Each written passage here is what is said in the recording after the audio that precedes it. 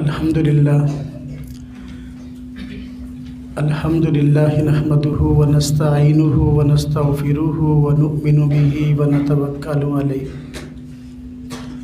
ونعوذ باللہ من شرور انفسنا ومن سیئات اعمالنا من يهده اللہ فلا مضل له ومن يضلله فلا هادی له ونشهد ان لا الہ الا اللہ وحدہ لا شریک له ونشهد ان سیدنا وسندنا ونبینا ومولانا محمدا عبدہ ورسولہ اما بعد فاعوذ باللہ من الشیطان الرجیم بسم اللہ الرحمن الرحیم والعصر ان الانسان لفی خسر الا الذین آمنوا وعملوا الصالحات وتواصوا بالحق وتواصوا بالصبر قال النبی صلی اللہ علیہ وسلم علیکم بسنتی وسنت الخلفاء الراشدین المہدیین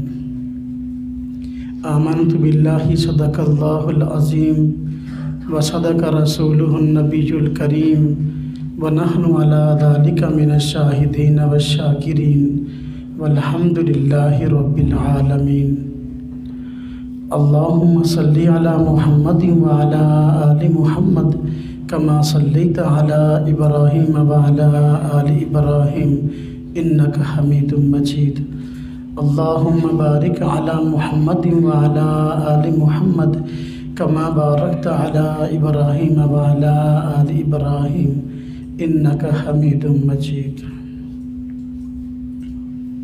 اللہ رب العزت نے ہم سب پر بڑا کرم اور بڑا احسان فرمایا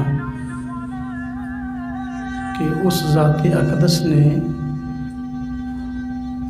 ہم سب کو دین اسلام کی تفہیم کے لیے یہاں جمع فرمایا ہے۔ دین اسلام دو چیزوں کا نام ہے۔ نمبر 1 ایمان، نمبر 2 اعمال صالحہ۔ یوں بھی کہہ سکتے ہیں دین دو چیزوں کا نام ہے، نمبر 1 عقیدہ، نمبر 2 عمل۔ اللہ رب العزت نے قرآن کریم میں جب بھی دین کی بات فرمائی ہے تو عام طور پر ان دو چیزوں کو ذکر فرمایا ہے۔ قرآن کریم میں اللہ پاک فرماتے ہیں اِلَّا الَّذِينَ آمَنُوا وَعَمِلُوا الصَّالِحَاتِ فَلَهُمْ أَجْرٌ غَيْرُ مَمْنُونٍ۔ وہ لوگ جو ایمان لائیں، صحیح عقیدہ اختیار کریں، وَعَمِلُوا الصَّالِحَاتِ نیک اعمال کریں، ان کے لیے اجر ہے نہ ختم ہونے والا۔ تو دین دو چیزوں کا نام ہے، نمبر 1 عقیدہ، نمبر 2 عمل۔ عقیدہ بھی ضروری ہے، عمل بھی ضروری ہے۔ عقیدہ زیادہ ضروری ہے، عمل عقیدہ کی بنسبت کم ضروری ہے، وگرنہ مقصود دونوں ہیں۔ عقیدہ اور عمل میں کیا فرق ہے اور ان دونوں میں کیا نسبت ہے، پہلے یہ بات سمجھ لیں۔ نمبر 1 عقیدہ اگر موجود نہ ہو نجات ممکن نہیں ہے، عمل اگر موجود نہ ہو نجات کا امکان ہے۔ عقیدہ اگر ٹھیک نہیں ہے جنت میں داخلہ ممکن نہیں ہے۔ عمل اگر ہے نہیں، کمزوری ہے، انکار تو نہیں کرتا۔ رب تعالیٰ کا قانون یہ ہے کہ بندہ اپنی اعمال کی کوتاہیوں کی سزا بھگت کر جنت میں جائے۔ قاری صاحب، قاری نبی صاحب آگے تشریف لیں، آپ بھی قاری مفکر صاحب آگے آ جائیں۔ علماء کرام اگر ادھر تشریف لائیں گے مجھے خوشی ہوگی۔ تو میں بات سمجھا رہا تھا عقیدہ اور عمل، ان دونوں میں کیا نسبت ہے اور ان دونوں میں کیا فرق ہے۔ پہلا فرق یہ ہے کہ عقیدہ ٹھیک نہ ہو تو نجات ممکن نہیں، دوزخ میں جانا یقینی ہے۔ اگر عمل میں کوتاہی ہو نجات ممکن تو ہے، لیکن قانون یہ ہے کہ انسان اپنی بد عملیوں کی سزا بھگت کر جنت میں جائے۔ رب تعالیٰ کی ذات اپنی رحمت سے معاف فرما دے تو رب تعالیٰ معاف فرما سکتے ہیں، اس لیے کہ رب تعالیٰ کسی قانون کے پابند نہیں ہے۔ قیامت کے دن رب تعالیٰ کی ذات اقدس اپنے رحم اور کرم سے بہت سے لوگوں کو معاف فرمائیں گے۔ حضور نبی اقدس صلی اللہ علیہ وسلم کی سفارش سے بہت سے لوگوں کو معاف کیا جائے گا۔ انبیاء کے بعد علماء کرام، حفاظ کرام، شہداء کرام سفارش فرمائیں گے اور جنت میں داخلہ ہو جائے گا۔ ظاہر بات ہے سفارش کی ضرورت اسی کو پڑتی ہے جس کی اپنی پوزیشن کمزور ہو۔ تو عقیدہ ٹھیک نہ ہو تو جنت میں نہیں جا سکتا، عمل اگر اس میں کوتاہی ہے تو جنت میں جانا ممکن ہے، اگرچہ قانون یہی ہے کہ انسان اپنے گناہوں کی سزا بھگت کر جائے۔ یہ پہلا فرق۔ نمبر 2، عقیدہ اور عمل میں دوسرا فرق۔ عقیدہ یہ اصل کی طرح ہے اور عمل یہ فرع کی طرح ہے۔ جو فرق اصل اور فرع میں ہے وہ فرق عقیدہ اور عمل میں ہے۔ ہر آدمی جانتا ہے کہ ہر چیز اپنی اصل پہ قائم ہوتی ہے، اصل نہ ہو تو اس چیز کا وجود نہیں ہوتا۔ تو لہذا عقیدہ اصل ہے اور عمل اس کی فرع اور شاخ ہے۔ شاخیں بغیر درخت کے نہیں پائی جاتی، درخت ہو تو شاخیں پائی جاتی ہیں۔ نمبر 3، تیسرا فرق عقیدہ اور عمل میں۔ تیسرا فرق عقیدہ جو ہے یہ اصل بنیاد ہے اور عمل اس پر تعمیر ہونے والی عمارت ہے۔ اب جس چیز کی بنیاد مضبوط ہو اس کی اوپر والی تعمیر بھی مضبوط ہوتی ہے، اور جس کی بنیاد مضبوط نہ ہو اس کی اوپر والی تعمیر بھی، بلڈنگ بھی مضبوط نہیں ہوتی۔ حاجی صاحب جی آگے تشریف لیں، بچوں کو جگہ دیں، حاجی صاحب کو جگہ دیں۔ جی بات سمجھا رہا تھا عقیدہ اور عمل میں تیسرا فرق۔ عقیدہ اور عمل میں تیسرا فرق یہ ہے کہ عقیدہ بنیاد ہے اور عمل اس پر قائم ہونے والی عمارت ہے۔ اگر بنیاد ٹیڑھی ہو تا سریا جتنی عمارت ہے ساری کی ساری ٹیڑھی ہوگی۔ چوتھا فرق عقیدے اور عمل میں۔ عقیدہ جو ہے اس کا محل اور ہے اور عمل کا محل اور ہے۔ عقیدہ کی جگہ اور ہے، عمل کی جگہ اور ہے۔ عقیدہ کا محل دل ہے، عمل کا محل انسان کے ظاہری اعضاء ہے۔ جو فرق دل میں اور باقی اعضاء میں ہے وہ فرق عقیدہ میں اور عمل میں ہے۔ توجہ کرنا، میں نے عرض کیا عقیدہ اور عمل میں چوتھا فرق کیا کہ عقیدہ کا محل کیا ہے، محل پہ غور کریں۔ عقیدہ کا محل دل ہے اور جبکہ عمل کا محل انسان کے ظاہری اعضاء ہے۔ تو جو فرق دل اور باقی اعضاء میں ہے وہ فرق عقیدہ اور عمل میں ہے۔ اب سمجھیں، دو فرق عرض کرتا ہوں۔ عقیدہ میں نے عرض کیا اس کا محل دل ہے، دل چھپی ہوئی چیز ہے، نظر تو نہیں آتا۔ ہاں، عقیدہ اس کا محل دل ہے اور یہ اس کو محفوظ کر کے رکھا گیا، دل کو دل کو اللہ رب العزت نے باقی اعضاء کی بنسبت محفوظ جگہ رکھا ہے، جبکہ دوسرے اعضاء جو ہیں وہ محفوظ نہیں ہیں۔ جس طرح کہ دیکھیں چیز جتنی قیمتی ہوتی ہے ہمارے معاشرے میں اتنا ہی اس کو حفاظت سے رکھا جاتا ہے۔ اب دیکھو گھر میں آلو پیاز بھی موجود ہوتے ہیں اور گھر میں سونا جواہرات بھی موجود ہوتے ہیں۔ آلو پیاز کو کوئی بھی آدمی اپنی سیف الماری میں، اپنی تجوری میں کبھی بھی تالے لگا کے نہیں رکھتا، جبکہ جواہرات کو کیا کیا جاتا ہے؟ تالے لگا کے رکھا جاتا ہے۔ آپ نے بینکوں کے باہر دیکھا ہوگا لکھا ہوا ہوتا ہے کہ اپنا لاکر موجود ہیں۔ کیا لکھا ہوتا ہے؟ لاکر موجود ہے۔ کیا مطلب؟ کسی آدمی نے اپنا سونا، اپنے جواہرات اگر ہمارے پاس یہاں رکھنے ہوں بینک میں تو حفاظت کا انتظام ہے۔ کبھی نہیں کہا کہ آلو رکھنے کے لیے انتظام ہے، پیاز رکھنے کے لیے انتظام ہے، ایسی چیز تو نہیں ہے۔ تو توجہ فرمائیں، دیکھو تو جو چیز جتنی قیمتی ہوتی ہے اس کے لیے اتنا ہی زیادہ سنبھالنے کا، حفاظت کا انتظام ہوتا ہے۔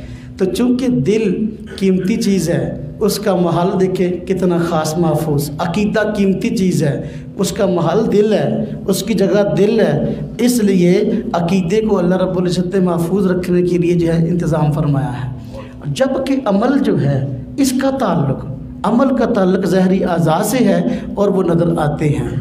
ایک دیکھیں جواہرات کی حفاظت کے لیے بسا اوقات بار باڈی گارڈ بھی رکھنا پڑتا ہے، لیکن جو ہے عام چیزیں جو ہیں آلو پیاز اس کی حفاظت کے لیے باڈی گارڈ رکھنے کی ضرورت نہیں۔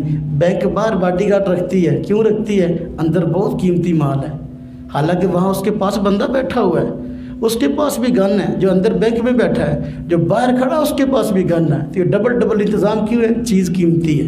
تو جو چیز جتنی قیمتی ہوتی ہے اس کی حفاظت کا انتظام بھی اتنا ہی ہوتا ہے۔ عقیدہ کا محل دل ہے، اس لیے اللہ رب العزت نے دل کو محفوظ رکھا ہے۔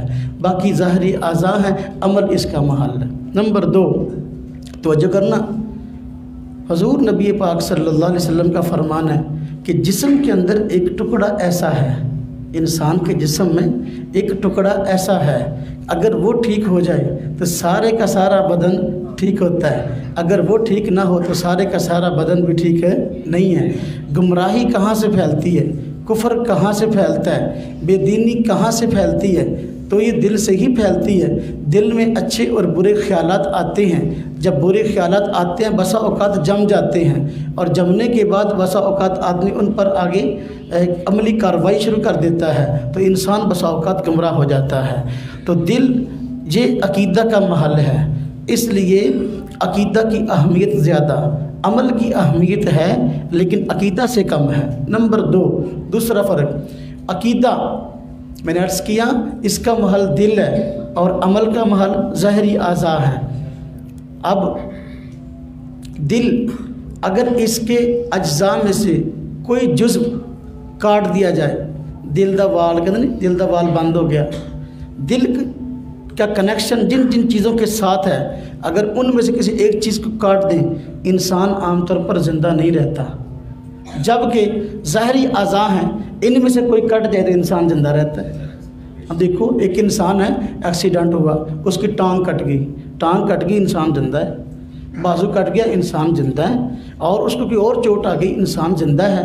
تو دیکھو دل اگر اس کا کوئی حصہ کٹ جائے تو انسان زندہ نہیں رہتا بلکہ اس کی موت واقع ہو جاتی ہے، جبکہ بظاہری اعضاء ان کا کوئی حصہ کٹ جائے تو انسان زندہ رہتا ہے، اور ہمارے عملی مشاہدہ ایسی سلسلے میں کہ واقعی ہے۔ اب توجہ کرنا، اب دیکھیں یہی وجہ کہ اگر عقیدہ ہے، عقیدہ چونکہ اس کے بھی کئی اجزاء ہیں، اللہ پاک کے بارے میں عقیدہ، حضور نبی پاک صلی اللہ علیہ وسلم کے بارے میں عقیدہ، کتابوں کے بارے میں عقیدہ، فرشتوں کے بارے میں عقیدہ، اور مرنے کے بعد کی زندگی اور قیامت کے دن کی اٹھنے کی زندگی پر عقیدہ۔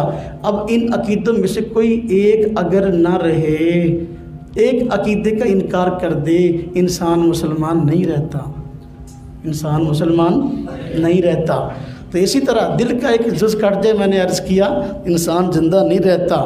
عمل میں کوتاہی ہو جائے تو انسان مسلمان ہے، عمل میں کوتاہی ہو جائے نماز نہیں پڑھی، پڑھنی چاہیے، اللہ پاک کا حکم ہے، لیکن کبھی سستی ہوئی اور نہ پڑھی تو انسان کافر تو نہیں ہوتا نا جی، انسان گناہگار ہوتا ہے۔ تو یہ 4 فرق ہوئے عقیدہ میں اور عمل میں، سمجھ آ گئی؟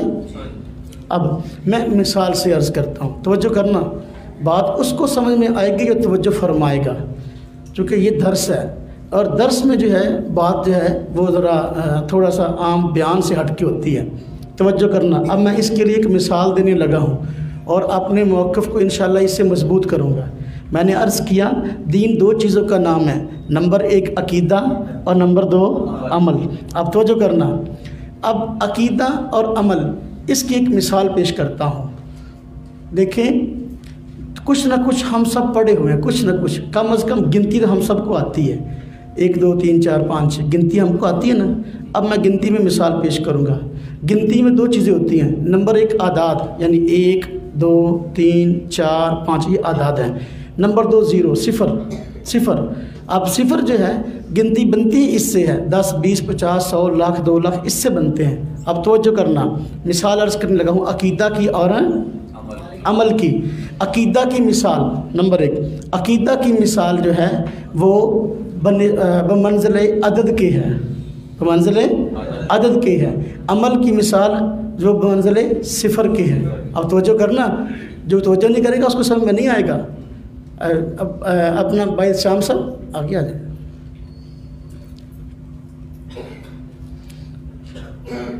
عقیدہ کی مثال بمنزل عدد کے ہے اور عمل کی مثال بمنزل صفر کے ہے۔ اب توجہ کرنا، عدد اگر 1 بھی ہو، پہلا فرق، عدد اگر 1 بھی ہو، مثلا 1 لکھا ہوا 1، اس کی قیمت ہے۔ اگر عدد نہ ہو، اکیلا 0 0 0 0 0، آپ لاکھ مرتبہ بھی لکھ دے اس کی کوئی قیمت نہیں ہے، اس کی کوئی قیمت نہیں۔ عدد 1 بھی ہو، 1 ہے 2 ہے 3 ہے 4 اکائی اس میں کہہ رہا ہوں، اس کی قیمت ہے، لیکن 0 اگر تعداد میں جتنے چاہے ہو جائیں، اگر ان کے ساتھ عدد 1 2 3 4 نہیں ہے تو پھر 0 کی کوئی قیمت نہیں ہے۔ یہی بات سمجھانا چاہتا ہوں، اگر عقیدہ ہے تو عمل قبول ہے، اگر عقیدہ نہیں ہے تو پھر عمل قبول نہیں ہے۔ سمجھ آئی بات؟ ایک آدمی ہے بڑے اچھے کام کرتا ہے، اس طرح کہ آج کل ہمارے دل میں ایک بات آتی ہے، عیسائی انہوں نے NGOs بنائی ہوئی ہیں اور بڑے بڑے رفائی کام کر رہے ہیں، اسپتال بنوا رہے ہیں، پل بنوا رہے ہیں، اسکول بنوا رہے ہیں، کالج بنوا رہے ہیں، غریبوں کی مدد کر رہے ہیں، اتنے اچھے کام کر رہے ہیں، تو پھر ان کے لیے جنت؟